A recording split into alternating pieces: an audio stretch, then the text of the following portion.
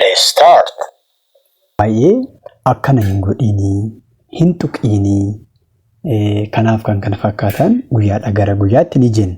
So afaan Ingiliffaatiin hin tuqinii jechuu yoo barbaanne maal jennaa? Hands off, hands off, hands off yookiin immoo don't touch jechuu dandeenya jechuudha. Kun afaan Ingiliffaatiin hin tuqinii, hin tuqinii jechuu keenyadha jechuudha. Hands off, hands off. Say it with me. Hands off. Say it with me. Hands off. Say it again. Hands off. Hands off. Good. So hin tuqinii jechuu yoo barbaanne afaan Ingiliffaatiin hands off jechuu dandeenya jechuudha. Inni kabiraan ofii kee hojjedhu, ofii kee hojjedhu, ofii kee dalagii ni jenna. Qofaama kee ofii makeetiitii hojjedhu ni jenna. So afaan Ingiliffaatiin akka kana jechuu yoo barbaanne maal jennaa? Do it alone, do it alone, do it alone jechuu dandeenya jechuudha. Do it alone, do it alone. Say it with me. Do it alone. Good. Say it with me. Do it alone. Say it again. Do it alone. Good. Good. Do it alone yookiin immoo do it by yourself jechuu dandeenya jechuudha. Akkas jechuu dandeenya jechuudha. Inni kabiraan bu'aa bayii baay'ee keessa, bu'aa bayii meeqa keessa baheen as gahee akka salphaatti miti iddoo kana gahuun koo ni jenna yeroo baay'ee jechuudha. Kana baay'inaan ni fayyadamna. So akka kana jechuu yoo barbaanne afaan Ingiliffaatiin maal jennaa? Through hell and high water, through hell and high water, through hell and high water jechuu dandeenya jechuudha. Bu'aa bayii baay'ee yookiis immoo bu'aa bayii meeqa keessa baheen as gahee iddoo kana bu'aa bayii baay'ee keessa baheen as gahee jechuu barbaanne through hell and high water, through hell and high water jechuu dandeenya jechuudha. Akka kana jechuu dandeenya jechuudha. Bu'aa bayii baay'ee keessa baheen iddoo kana gahee, iddoo kana akka salphaatti hin geenye. Bu'aa bayii baay'ee keessa baheen as gahee jechuu barbaanne maal jennaa? I arrived here through hell and high water. I arrived here through hell and high water. I arrived here through hell and high water jechuu dandeenya jechuudha. Ani iddoo kana kanan gahe bu'aa bayii baay'ee yookiis immoo bu'aa bayii meeqa keessa dabarseenii waa baay'ee keessa darbeen iddoo kana gahe jechuu barbaanne maal jennaa? I arrived here through hell and high water. I arrived here through hell and high water jechuu dandeenya jechuudha. Akka kana jechuu dandeenya jechuudha.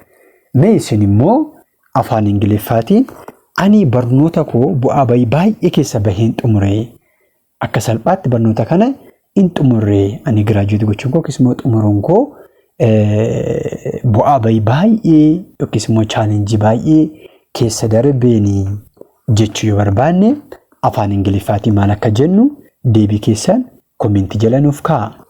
Afaan Ingiliffaatiin bu'aa bayii baay'ee yookiis immoo waa baay'ee waa meeqa keessa darbeen as gahee jechuu barbaanne maal akka jennu deebii keessan komentii jala nuuf kaa'a.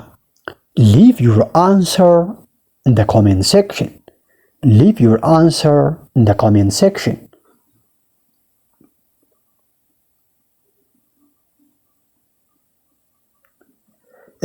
Akkuma kana immoo kun faayidaa hin qabu. Wanni hojjettu kuni akkasumaanidha, ofumaamadha.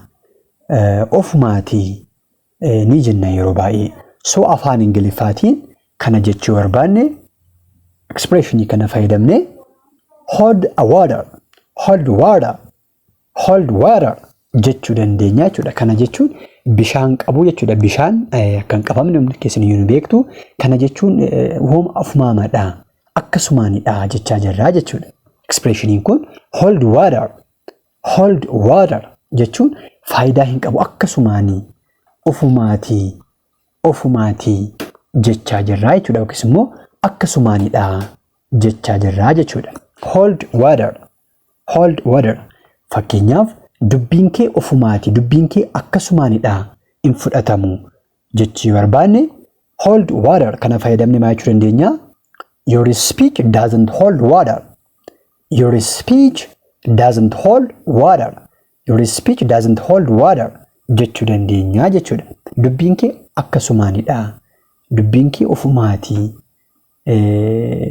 madaalliin kaasuu naam jedhama yeroo baay'ee. So akka kana jechuu barbaanne dubbiin kee ofumaatii dubbiin kee akkasumaanii jechuu barbaanne afaan Ingiliffaatiin maal jenna? Say it with me. Your speech doesn't hold water. Good.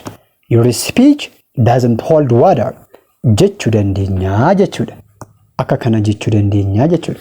Akkuma kana immoo wanni ati falmitu yookiin falmiin kee akkasumaanii falmiin kee ofumaatii ni jenna. Akkuma kanas falmii ati irratti falmaa jirtu yookiis immoo wanni ati irratti falmaa jirtu kun akkasumaanii ofumaatii ni jenna. So akka kana jechuu barbaanne afaan Ingiliffaatiin maal jenna? Is there anybody who can try? Good.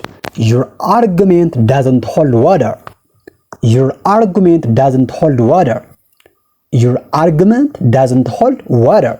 Your argument doesn't hold water jechuu dandeenya jechuudha. Your argument doesn't hold water. Falmiin kee wanna ati falmitu kun akkasumaanii faayidaa hin qabu ofumaatii jechaa jirraa jechuudha. Mee isin immoo hojiin kee wanna ati dalagdu kun dalagaan kee akkasumaanii dalagaan ati dalagaa jirtu kun yookiis immoo hojiin kee kun akkasumaanidha ni jenna yeroo baay'ee. So afaan Ingiliffaatiin hojiin kee akkasumaanii jechuu barbaanne afaan Ingiliffaatiin maal akka jennu mee deebii keessan komentii jala nuuf kaa'a. Deebii keessan komentii jalatti nuuf barreessuu hin dagatinaa.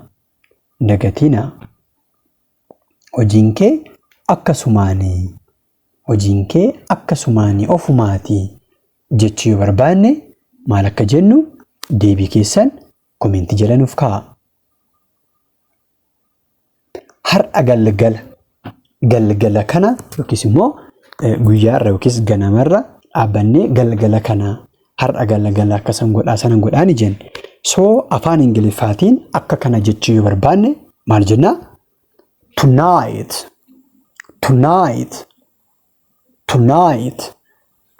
Tonight jechuun har'a galgala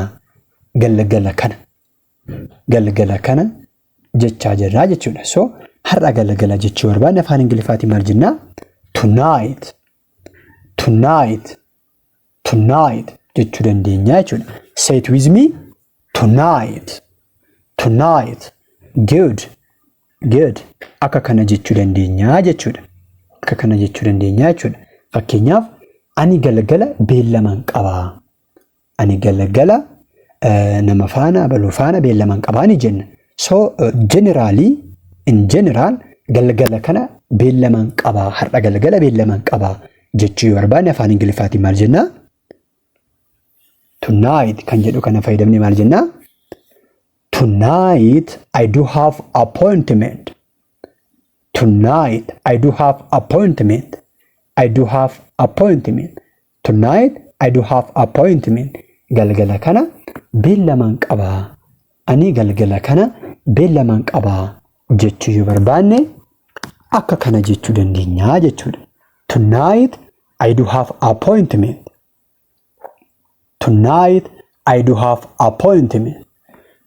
Jechuu dandeenya jechuudha. Mee isin immoo har'a galgala maal hojjettaa? Galgala kana maal hojjettaa jechuu yoo barbaanne afaan Ingiliffaatiin maal akka jennu deebii keessan komentii jala nuuf kaa'a.